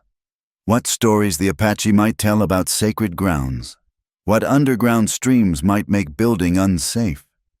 "That's," someone started. "Creative," Martha finished firmly. "Very creative research." The room buzzed with new energy. Plans formed, committees organized, but Colt pulled Joanna aside afterward. "This could backfire. If Wade figures out what we're doing, then we'd better be convincing." She gripped his hands. "Colt, I spent years letting fear make my choices. Not anymore. We're going to fight, and we're going to fight smart." The transformation was remarkable. Within days, the local newspaper ran articles about newly discovered Apache artifacts near the mail station road. Mrs. Patterson, who had Apache grandmother, told anyone who'd listen about the sacred burial grounds her family had always honored, grounds that happened to align with the proposed railroad route. Thomas Harper, the surveyor, produced maps showing underground water channels that would make any heavy construction inadvisable and potentially catastrophic. His maps were works of art, meticulously detailed and completely imaginary where it counted. Even shy Mr. Chen from the laundry joined in, sharing stories his grandfather had just remembered, about Chinese workers burying gold along the mail route during the mining days, gold that was cursed to bring misfortune to any who disturbed the land. Wade was furious. He stormed into the newspaper office, the surveyor's workspace, even Martha's boarding house, demanding retractions, proof, threatening lawsuits. "You can't just invent history," he raged at Samuel Briggs. "Prove we're inventing it." Samuel replied calmly. "You want to buy land, you better know what you're buying, due diligence and all." "This is fraud." "This is community," Martha corrected. "Something you'd understand if you'd ever belonged to one." The night before the auction, Joanna found Colt at his usual spot in the hills. The lights of Dustwell spread below them, and in the distance, coyotes sang to the stars. "Tomorrow decides it," he said quietly. "Whatever happens, we fought. We stood together." "Together." He pulled her close. "Never thought I'd have that again. Win or lose tomorrow. Joanna, thank you for reminding me what it feels like to not be alone." "You're not alone," she said firmly. "Not anymore. Neither of us is." They stayed there until the cold drove them back, holding each other in the fragile hope that sometimes, just sometimes, David's creative thinking could still defeat Goliath's gold. The auction was set for noon. By 11, most of Dustwell had gathered at the town hall. Wade arrived with his lawyers and territorial officials, confidence radiating from every line of his expensive suit. "Quite a turnout," he said loudly. "Though I'm afraid you've all come for nothing. The railroad has deep pockets and long memories. We don't forget who our friends are or our enemies." Sheriff McKenna stepped forward. "Mr. Garrison, before we begin, there are some matters of public record that need addressing." "What matters?" "Well, there's the issue of the Apache burial grounds, the Chinese miners' claims, the underground waterways that could cause sinkholes." "Fairy tales," Wade snapped. "None of that was known a month ago." "Begging your pardon." Mrs. Patterson spoke up. "But my family's kept that knowledge for generations. Just because white folks only started listening recently doesn't mean it wasn't true before." The territorial officials looked uneasy. Disturbing native burial grounds was bad politics. Chinese mining claims could tie up courts for years, an unstable ground that might collapse under a railroad. "This is ridiculous," Wade said. "You can't seriously be considering—" "Mr. Garrison," the lead official interrupted. "These are serious concerns. The territory can't auction land with unclear title or potential litigation attached. It would be irresponsible. Then investigate. Prove these claims false. That could take months, years, even. Joanna watched understanding dawn on Wade's face. He'd been outmaneuvered, not by money or force, but by stories and community, and the kind of creative truth that bent but didn't break. You planned this, he said, eyes finding hers in the crowd. All of you. We protected what's ours, she replied simply. Something you never understood. Home isn't about land or money. It's about the people who stand with you. Wade's face flushed ugly red. This isn't over. You'll leave, Colt said, stepping forward. You'll take your railroad money and your threats and your small, mean spirit, and you'll leave. Find some other town to poison. This one's developed an immunity. For a moment, violence crackled in the air. Then the lead official cleared his throat. Given the complications discovered, the territory withdraws these parcels from auction pending full investigation. Mr. Garrison, I believe our business here is concluded. The cheer that went up could probably be heard in the next county. People hugged, cried, pounded each other's backs. Through it all, Wade stood frozen, watching his sure thing crumble. He found Joanna in the crowd, pushed close enough to hiss, "You think you've won. You're still a scarred spinster in a nothing town. He's still a broken soldier playing at ranching. This changes nothing." "You're wrong," Joanna said calmly. "It changes everything, because we chose to fight instead of run, because we found something worth protecting, because," she smiled, and it was radiant, "because broken people together are stronger than you'll ever be whole and alone." Wade left that afternoon, his fancy carriage kicking up dust as it headed back east. The railroad would come eventually. Progress always did, but it would come on Dustwell's terms, respecting what was already built. That evening, the town threw an impromptu celebration in the street. Music spilled from the saloon. Tables appeared laden with food. And for once, Colt Marrow didn't fade into the shadows, but stayed in the light. Joanna's hand in his. "Dance with me," she said as someone started up a fiddle. "I don't remember how." "Then we'll figure it out together. Seems to be what we do best." They danced there in the street, surrounded by neighbors who'd become family, under stars that blessed broken things made whole. And if their steps were uncertain, if they held each other a little too tight, well, that's what love looked like in Dustwell. Imperfect, hard-won, and absolutely worth fighting for. February brought an unexpected warmth to Dustwell, the kind of false spring that made the desert bloom early and set everyone to talking about the weather. But in Martha's boarding house, a different kind of warmth was growing, the careful, tentative glow of two people learning to love without armor. Colt had taken to arriving early for dinner, helping with preparations in quiet ways. He'd mend a loose board on the porch, haul water without being asked, or simply sit in the kitchen while Joanna cooked, reading week-old newspapers aloud in his low voice.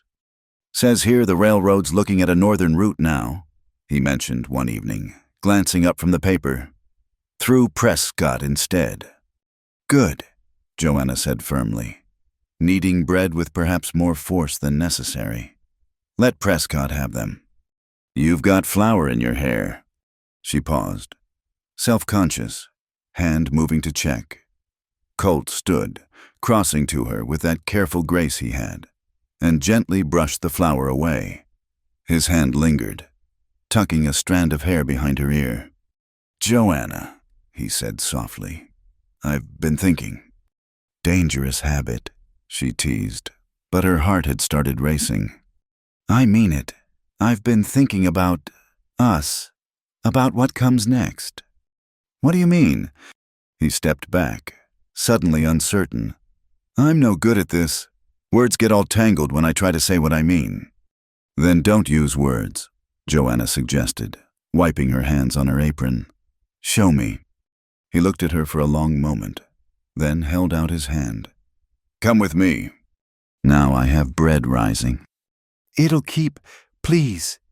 Something in his voice made her nod. She took off her apron, let him help her with her shawl, and followed him out into the cooling evening. He led her not toward the hills, but through town, past the mercantile and the saloon, past the last houses, to a small adobe structure she'd never paid attention to before. It sat on a corner lot, modest but well built, with a view of the mountains. This was the old Yamamoto place, Colt said, producing a key. They moved to California last year. I bought it last week. Joanna stared. You bought a house? Been living in that cabin on the ranch. But it's no place for... He stopped, jaw working. That is, if someone were to what I mean is... Colt Marrow, Joanna said wonderingly. Are you trying to propose to me? He turned to face her fully, and in the dying light she could see the naked hope and fear in his eyes. I'm trying to show you I'm serious. About us, about building something. He gestured at the little house. It needs work, lots of work, but it's in town, close to Martha's, close to people. You wouldn't be isolated, and there's room for a garden, maybe chickens if you wanted. The kitchen gets good morning light. Colt. And I know it's not much, not what you probably dreamed of back in Kansas, but... Colt. He stopped, misery written across his features. I'm making a mess of this. No, she said softly, stepping closer. You're doing fine, but you haven't actually asked me anything yet. He took a shuddering breath, then slowly, carefully, lowered himself to one knee. The gesture was awkward, an old war injury. She knew, but he held steady, looking up at her with those winter sky eyes. Joanna Bell, he said, voice rough but certain. I'm not much.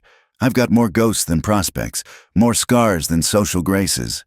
I can't promise you an easy life or a fancy one, but I can promise you'll never face another storm alone.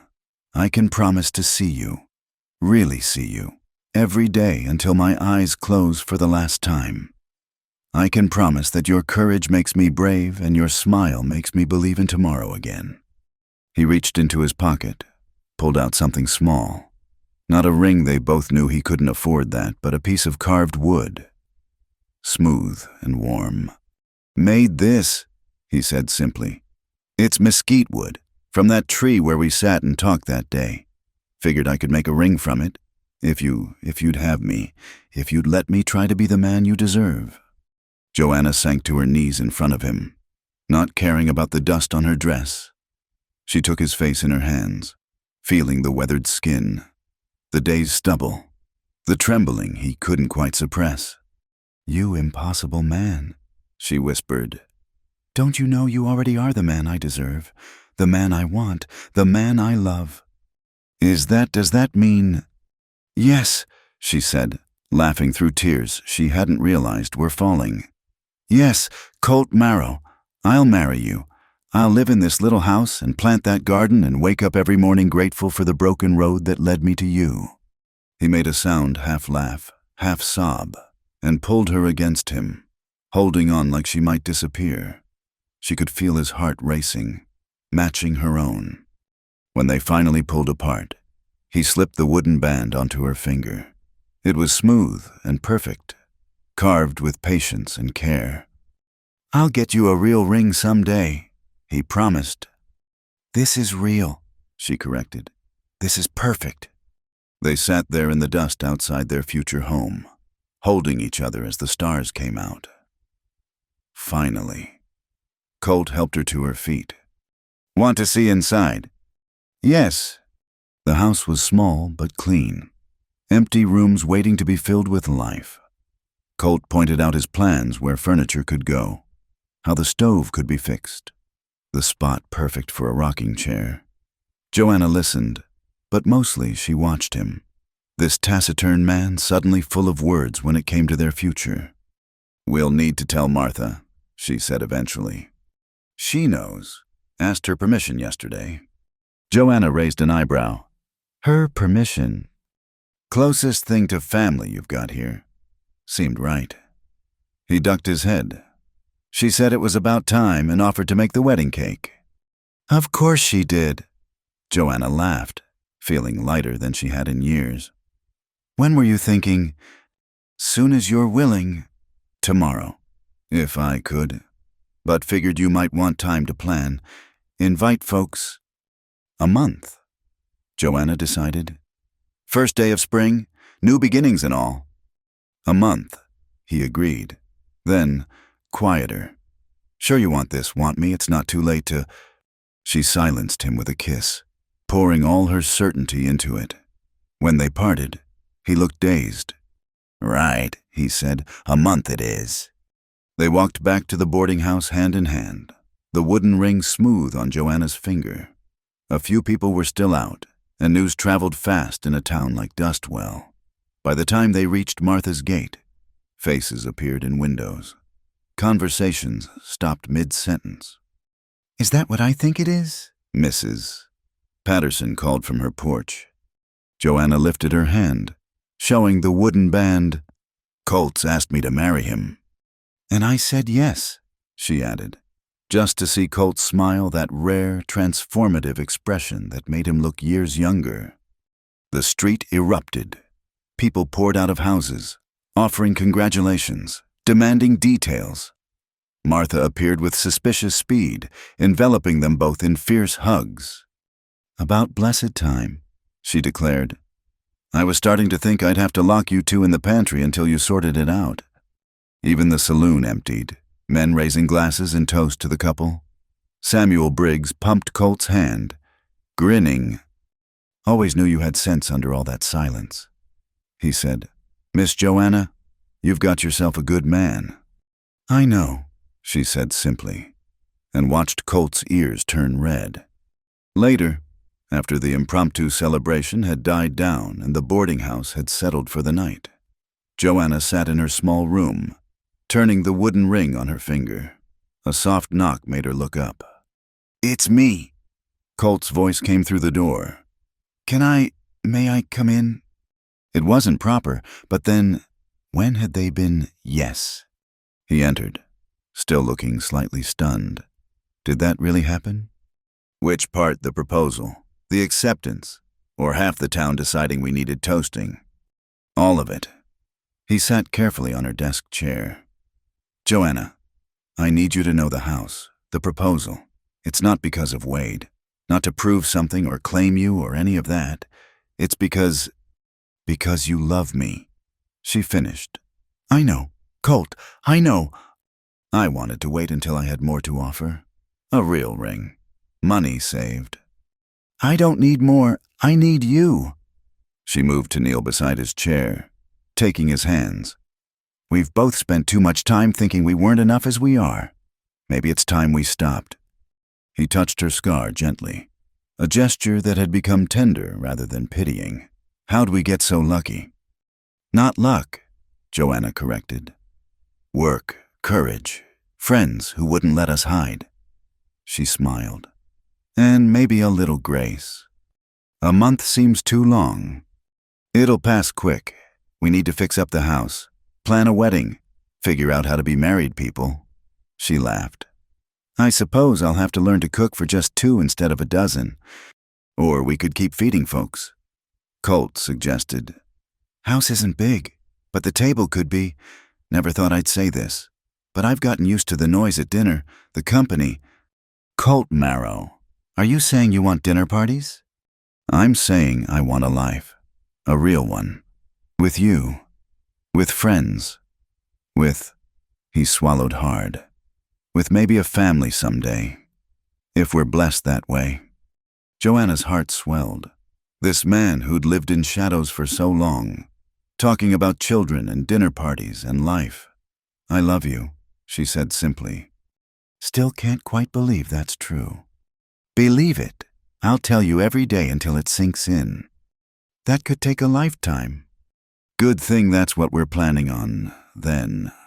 He kissed her forehead and stood to leave, propriety reasserting itself. At the door, he paused.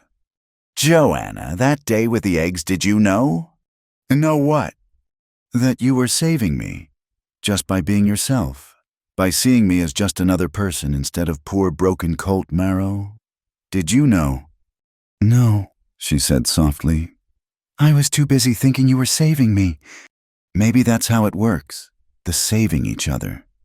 Maybe it is. After he left, Joanna wrote in her diary, February 20th, 1877, engaged to Colt Marrow. Never thought I'd write those words engaged again. But this is nothing like before. No grand promises or society expectations. Just two people who've learned that scars can be beautiful and silence can be full of love. A month until the wedding. Martha's already planning the menu. Colt bought a house. I'm going to be a wife. His wife. And somehow, against all odds, that feels like coming home. The morning of the town meeting dawned gray and still, with the kind of heavy air that promised an afternoon storm. Joanna woke early, nerves already jangling. Today was the day the formal public hearing where citizens could voice their opinions on the railroad's latest proposal, a compromise that still involved taking significant portions of private land. She found Colt already at the house they'd been fixing up together, standing in what would be their kitchen, staring at a piece of paper. "What's that?" she asked, wrapping her arms around him from behind. He turned, showing her Wade's latest handiwork, a formal letter demanding Colt appear and speak at the meeting, citing his obstruction of progress and incitement of public disorder. "He's trying to force you to defend yourself publicly," Joanna said, understanding immediately. Wade knew about Colt's fear of crowds, his difficulty with public speaking since the war. Seems so. Colt's jaw was tight. "If I don't show, don't speak. He'll use it as evidence that the opposition has no real foundation. If I do..." He trailed off. "You don't have to do this alone. They want to hear from me specifically, the main landholder, the one who started the resistance." He laughed bitterly. Didn't start anything, just wanted to be left alone. Joanna turned him to face her. "What did you tell me once brave isn't not being scared? It's being scared and standing up anyway." Easier said than done. "Most important things are..." She touched his face gently. "But Colt, you found your voice these past months. With me, with our friends.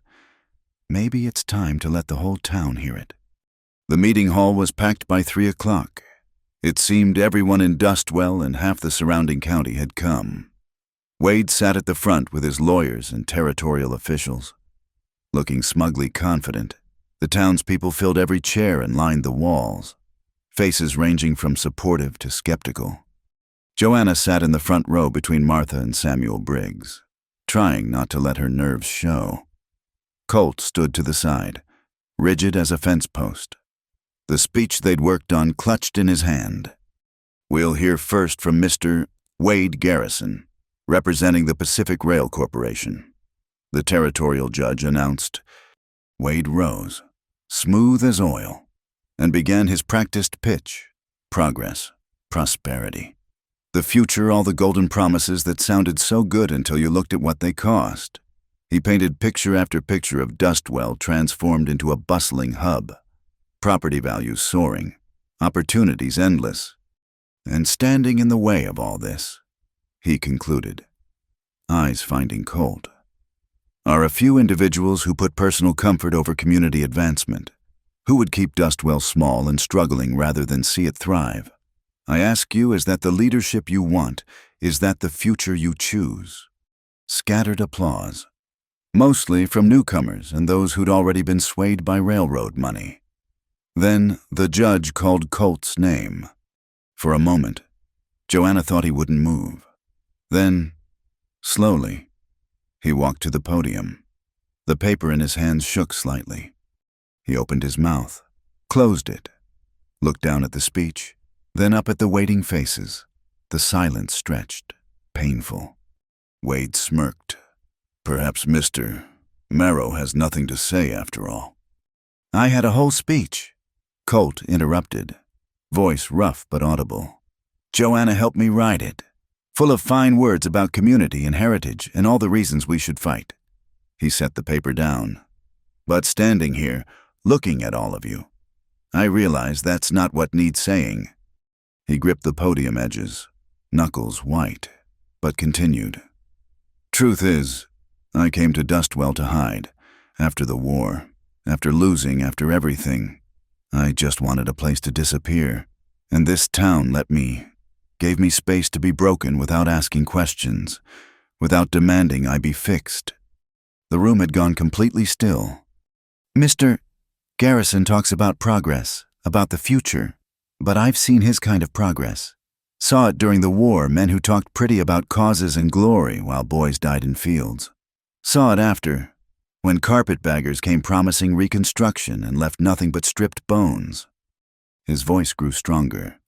You want to know why I fight this? Not because I'm against progress, because I've learned something here in Dustwell. Real progress isn't about tearing down what exists to build something shiny. It's about taking what's already good and making it better. It's about... He stopped, eyes finding Joanna. She nodded encouragement. It's about broken people helping each other become whole. It's about a town that takes in strangers and makes them family. It's about quiet mornings and honest work and knowing your neighbor will be there when trouble comes. He turned back to the crowd. I'm not good with words. Most of you know that. But I know what we have here is worth more than any promise Wade Garrison can make.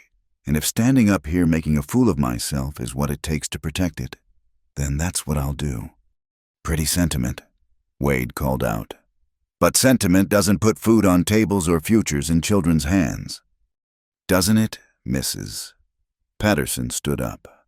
My children have a future because this town helped us after my husband died. Not railroad money neighbors. My business survived because folks here supported it through lean times. Mr. Chen added, also rising. That's the progress I believe in. One by one, people stood to speak. Not the polished oratory Wade expected, but simple truths. How Dustwell had welcomed them, healed them, become home in ways that couldn't be measured in dollars. But it was when old Theodore Marsh stood that the room really paid attention. Theodore owned more land than anyone except Colt, had money enough to retire comfortable. If anyone should side with the railroad, it was him. I've been listening, Theodore said slowly. To Mr. Garrison's promises, to Colt's truth-telling, and I've made my decision. He turned to face Wade directly. Young man, I've got more money than I can spend in the years I've got left. What I don't have is more time to watch sunsets from my porch, more chances to see my grandchildren play in the creek, more Sunday dinners with folks I've known 30 years. You can't buy those things, and you sure can't replace them once they're gone. Mr. Marsh, Wade started, but Theodore wasn't finished. I was like you once. Thought progress meant changing everything, making it bigger, faster, louder. Then I learned something. Progress can also mean knowing when you've got enough, when what you have is worth more than what you might gain. He looked around the room. I stand with Colt Marrow and anyone else who thinks Dustwell's worth protecting as it is. The vote, when it came, wasn't even close. The town rejected the railroad's proposal by a margin that sent Wade's lawyers scrambling through their papers, looking for loopholes that weren't there. But Joanna barely noticed the outcome. She was too busy pushing through the crowd to get to Colt, who stood swaying by the podium like he'd just run 20 miles. You did it, she said, catching his hands. Colt, you were magnificent. I thought I was going to be sick, he confessed. Still might be. But you weren't. You stood up there and spoke from your heart, and they heard you. We all heard him, Martha said, joining them with tears in her eyes. Colt Marrow, I've waited 3 years to hear you find your voice again. Worth every minute. Wade appeared, face flushed with anger. This isn't over. There are other ways. Mr. Garrison, Sheriff McKenna interrupted.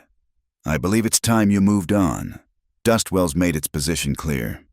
You people are fools. You had the chance for something greater. We already have something great, Joanna said quietly. We have each other. That's worth more than all your railroads and promises. Wade looked at her, at Colt, at the united town around them. For a moment, something almost like regret flickered across his face. Then it hardened back into contempt. You deserve each other, He said, a scarred woman, a broken man, and a town going nowhere. That's where you're wrong, Colt said, voice steady despite his exhaustion. We're not going nowhere. We're already where we want to be. Home. Wade left that evening, his carriage disappearing into the desert darkness for the last time. The railroad would find other routes, other towns more willing to sacrifice their soul for promises of gold. That night, there was no planned celebration, but one happened anyway. The saloon opened its doors. Someone brought out a fiddle, and soon half the town was dancing in the street. Colt and Joanna sat on the steps of their almost finished house, watching their neighbors celebrate. You found your voice, Joanna said, leaning against his shoulder. Had help? He replied. Turns out it's easier to speak when you've got something worth saying. And people worth saying it to. That, too. He was quiet a moment. Joanna, what Wade said about us being broken. He was wrong, she interrupted. We're not broken anymore. We're mended, stronger at the mended places. Like that Japanese pottery Martha told me about. Kintsugi, Colt said, surprising her. Where they fix cracks with gold, make the repair part of the beauty. Exactly. She lifted their joined hands, his calloused fingers interlaced with hers. We're golden. Colt Marrow. Both of us. All of us. The music drifted on the night air, mixing with laughter and the comfortable sounds of a community that had chosen its own definition of progress. Tomorrow, there would be work. There was always work. The house to finish. A wedding to final plan. Lives to build together. But tonight, sitting on the steps of their future while their town danced in the dusty streets, Joanna and Colt were exactly where they needed to be. Home. Whole. And no longer afraid of being seen. 2 weeks until the wedding, Colt said suddenly. Getting nervous? No, he said, and she could hear the smile in his voice. For the first time in years, I'm not nervous about anything, just ready. For marriage. For everything, for life. He pressed a kiss to her temple. For whatever comes next, as long as you're there. Always, she promised. You spoke in front of the whole town today. Colt Marrow. After that, everything else should be easy. He laughed, the sound rich and full in the desert night. Nothing about loving you is easy, Joanna Bell, but it's worth it. Worth everything. They sat there until the celebration wound down, until the stars claimed the sky and the town settled into sleep.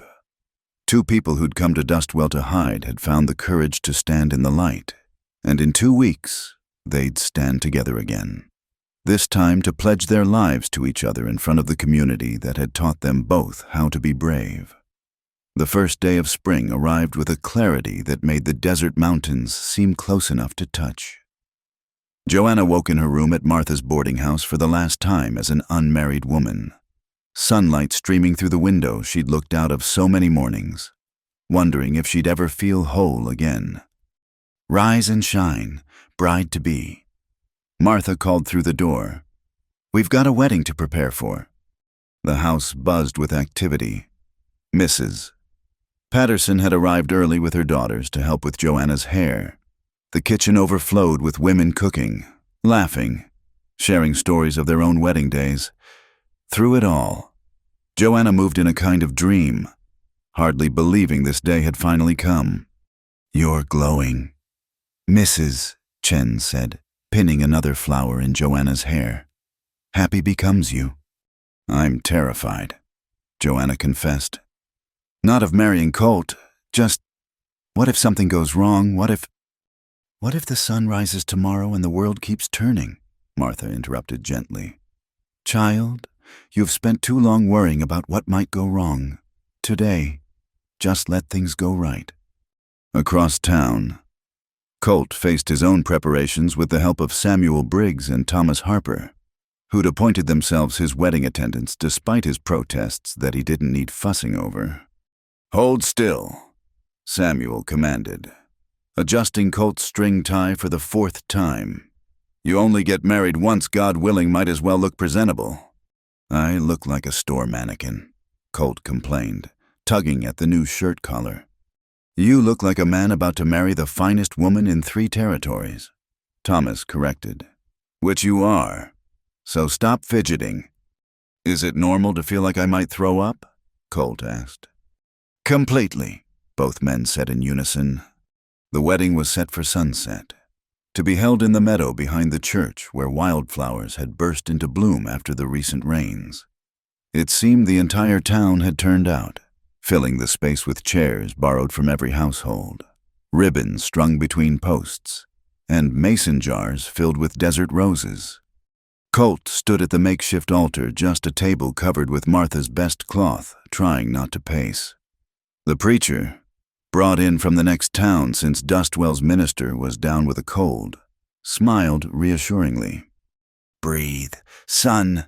She'll be here. I know. That's what's got me lightheaded. Then the crowd stirred, heads turning, and Colt forgot how to breathe entirely. Joanna appeared at the edge of the meadow on Samuel Briggs's arm, her own father long gone. But Samuel honored to stand in. She wore a simple dress of cream cotton that Martha and the women had spent weeks perfecting, with tiny embroidered flowers along the hem. Her dark hair was pinned up with desert wildflowers, and she'd chosen to wear no veil, no covering.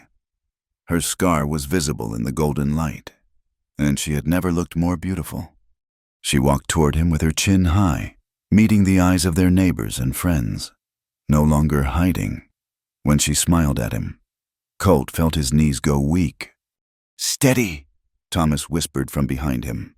Almost there. Samuel placed Joanna's hand in Colt's with gruff solemnity. You take care of her, he said quietly. With my life, Colt promised. The ceremony itself was simple.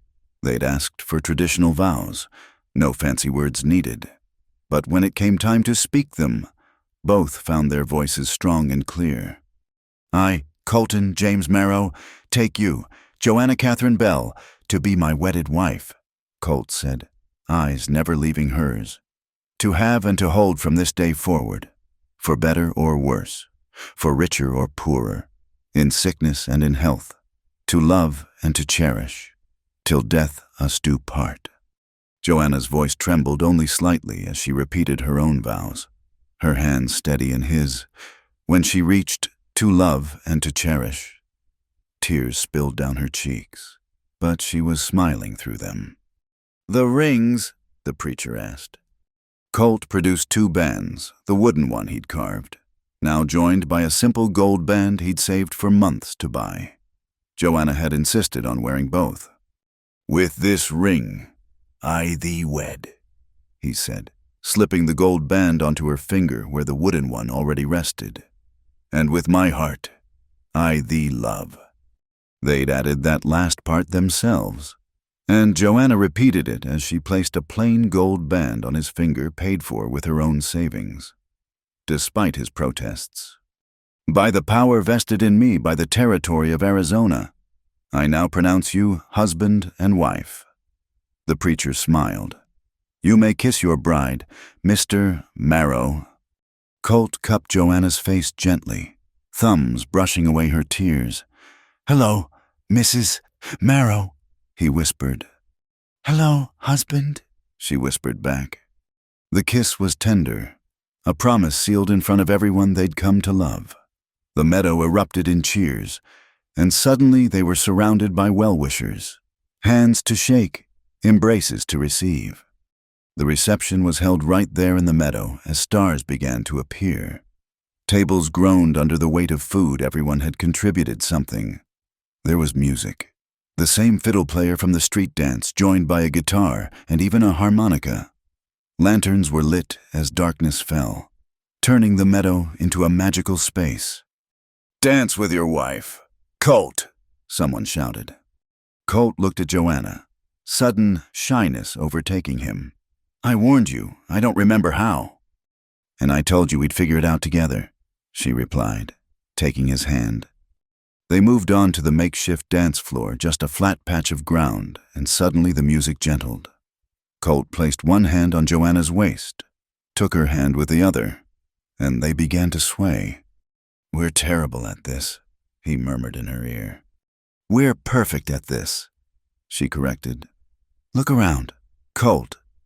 He did, seeing their friends and neighbors watching with fond smiles, Martha dabbing at her eyes with a handkerchief, Samuel Briggs looking proud as any father. Even taciturn Theodore Marsh was smiling. "We did it," Joanna continued softly. "We found our place, our people, our home. We found each other," Colt said. "Everything else followed from that." They danced, if you could call their gentle swaying, dancing through 2 more songs before others joined them. Soon, the meadow was full of couples. The single men convinced to dance with the widows and spinsters, children darting between the adults, and laughter rising into the night sky. "Time for the toast," Thomas Harper called out, raising a glass. The music stopped, everyone turning to listen. "I'm not one for speeches," Thomas began, then grinned. "That's Colt's job now, apparently." Laughter rippled through the crowd. "But I want to say this. When Colt Marrow came to Dustwell, he was the quietest, saddest man I'd ever seen. When Miss Joanna arrived, she hid behind her hat like the world might break her if she let it see her true. And now look at them." He gestured to where Colt and Joanna stood, her scar visible in the lantern light, his arm around her waist, both of them present and unashamed. They found each other, and in finding each other, they found themselves. They reminded all of us that broken doesn't mean worthless, that quiet doesn't mean empty, that scars visible or not don't define us unless we let them. He raised his glass higher. "To Colt and Joanna Marrow, may your love continue to teach us all how to be brave." "To Colt and Joanna," the crowd echoed, glasses raised. As the evening wound on, Joanna found herself on the edge of the meadow, taking a moment to breathe. The stars were brilliant overhead, the desert air cool on her skin. "You all right?" Colt found her, as she knew he would. "More than all right." She leaned into him. "I was just thinking about that first day, when you helped me with the eggs. Did you know then?" "Know what?" "That we'd end up here." He considered. "No, but I knew something, knew you were different, important, worth noticing." He pressed a kiss to her temple. "What about you?" "I knew you saw me," she said simply. "Not the scar, not the shame, me, and that terrified me as much as it gave me hope." "Still terrified?" "No." She turned in his arms, looking up at his weathered, beloved face. "Not anymore. How could I be afraid when I'm home?" Martha appeared, slightly tipsy on Theodore Marsh's good whiskey. "You two stop hiding out here and come cut your cake. I didn't spend 3 days baking for you to moon at each other in the darkness." "We weren't mooning," Joanna protested, laughing. "Child, you've been mooning at each other for months. Now it's just legal." Martha winked. "Come on, your guests are waiting." The cake was a marvel, 3 layers with Martha's famous buttercream frosting and real sugar roses. Colt and Joanna cut it together, his hand over hers on the knife, and managed to feed each other bites without making too much of a mess, though Colt deliberately dabbed frosting on Joanna's nose, making her laugh. As midnight approached and guests began to drift home, Colt and Joanna made their rounds, thanking everyone. The house they'd prepared waited just a few streets over, but neither seemed in a hurry to leave this magical space where their new life had been officially begun. Finally, as the last lanterns were being extinguished, they walked hand in hand through the quiet streets of Dustwell. Their house, their home, sat waiting, windows glowing with the lamp's misses. Patterson had lit for them earlier. "Threshold," Colt said, stopping at the door. "What?" "Supposed to carry you over. Tradition." "Colt Marrow, don't you dare! You're back!" But he was already scooping her up, cradling her against his chest. "My back's fine. Wife, now hush and let me do this proper." He carried her over the threshold and into their new life, setting her down gently in the front room they'd painted together, near the table they'd bought from the mercantile, in the house that would hold their love and whatever future they built together. "Welcome home, Mrs. Marrow," he said softly. "Welcome home, Mr. Marrow," she replied. They stood there in the lamplight, two people who'd traveled hard roads to find each other, who'd learned that love wasn't about perfection but about choosing each other despite the imperfections. Outside, Dustwell slept peacefully, the town that had given them sanctuary and taught them to stand tall. "No more hiding," Joanna said, reaching up to touch Colt's face. "No more hiding," he agreed, covering her hand with his, "just living together. Forever. Forever." And in the little house at the edge of town, two mended hearts began their greatest adventure, yet a life built on truth, tenderness, and the kind of love that sees clearly and chooses to stay anyway. The desert stars blessed their beginning, and all of Dustwell smiled in its sleep, knowing that sometimes the best stories aren't about perfection, but about finding beauty in the broken places and choosing to call them home. Thank you so much for listening to this Wild West love story. I hope Joanna and Colt's journey touched your heart as much as it touched mine while sharing it. I'd love to know where you're listening from. Please leave a comment below, sharing your location and your thoughts on their story. Did their courage to love despite their scars inspire you? If you enjoyed this tale of broken hearts, finding wholeness together, please subscribe to Wild West Stories 1850 and hit the like button. And if you want more people to discover these authentic frontier stories, please press the hype button to help this video reach more listeners. Until next time, keep riding those dusty trails and believing in the power of love to heal even the deepest wounds.